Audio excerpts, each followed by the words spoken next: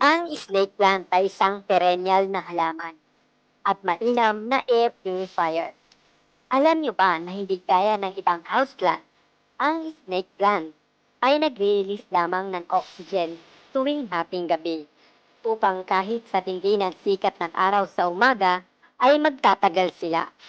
Subalit kahit pa nga pangkaraniwan na tayong nakakakita ng snake plant, bibihira ka lamang makatagpo ng may bulaklak nito habang ito ay iyong inaalagaan.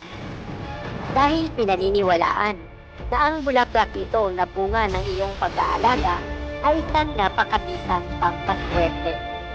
Ibig sabihin, ang bulaklak lamang na bunga ng iyong pagpipili at pangangalaga dito at hindi ang bulaklak na nakita mo lamang sa parang. Dahil sa oras na ito ay mamulaklak, sa bawat pagsapit ng gabi ay mapupuno ng mabangong halimuyak ang inyong tahanan. Dahil kung aamuyin mo ito ay wala naman itong amoy. Gaya ng kanyang dahon, tuwing gabi lamang ito naglalabas ng halimuyak o scent na pinaniniwalaang napakaswerte. Ito ay aprobadong nagdadala ng swerte sa buhay. Maaring minsan, tayo ay umihiling ng mga swerte sa buhay.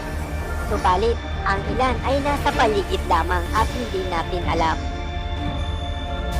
Hayaan lamang ang bulaklak nito hanggang sa malanta at saka ito kunin at ibalot sa pulang tela at gawing pampaswerte sa araw-araw. Subalit, marapat na kunin lamang ito ng hating gabi habang ito ay naglalabas ng halimuyak nito.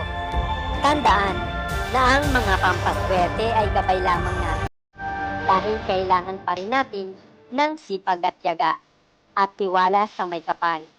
Sana ay may bago kang natutunan sa videong ito.